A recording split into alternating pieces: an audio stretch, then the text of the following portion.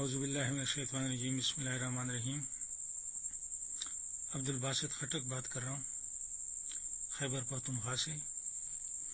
Doctor سعادت سعید صاحب کے حوالے سے جو جشن منایا جا رہا ہے، ان کے لیے یہ ویڈیو پیغام ریکارڈ کر رہا ہوں، ایک تاثراتی سا۔ ڈاکٹر صاحب کا سب سے اہم کام جو میری نظر میں ہے، وہ شعر کا سماجیات، سیاسیات، فرد اور معاشرے کے انفرادی اور اجتماعی جذبات میں پھرونا ہے، اور ان کی آواز نظم میں نون میم راشد، مجید امجد اور فیض کے بعد بالکل ایک الگ نوعیت کی ہے، جو اپنے ساتھ ساتھ لسانی تشکیلات کے نئے دروازے بھی کھولتی ہے۔ شاعری کے حوالے سے خود ڈاکٹر صاحب کا قول ان پر صادق آتا ہے کہ حقیقی شاعر کا جذباتی کرب اسے عزم، عمل اور قربانی کی اقلیم میں لا کھڑا کرتا ہے۔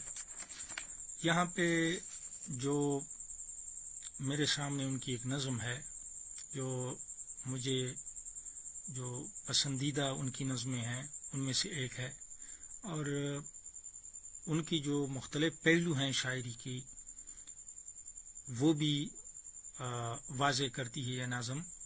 خود جو موج خیال، خود جو موج خیال، طلب کے ساحل پہ دم توڑ گئی، ادراک ملال کی ریت میں خفتہ، خوابوں کے گرداب میں چکر کاٹ رہا ہے،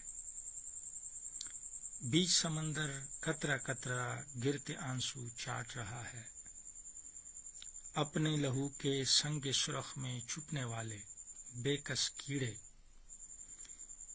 کوکب بخت کی روشن آنکھیں برج وصال سے جانک رہی ہیں، مسکن یاد سے باہر آؤ، قبروں کے دروازے کھلے ہیں،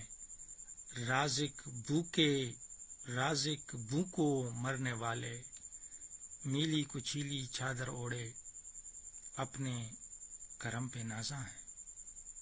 بہت شکریہ۔